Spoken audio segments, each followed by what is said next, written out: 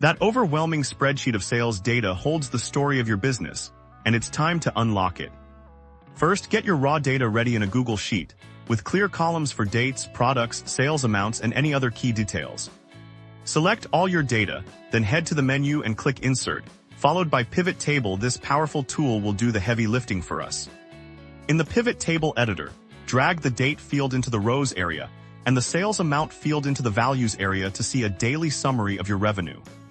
To break it down further, add the Product field to the Rows area as well. Now you can see sales performance for each product on each day. For a big picture view, go back to the Values area and change the summarization from sum to a function like count, to see the number of transactions, or average, to see the average sale value.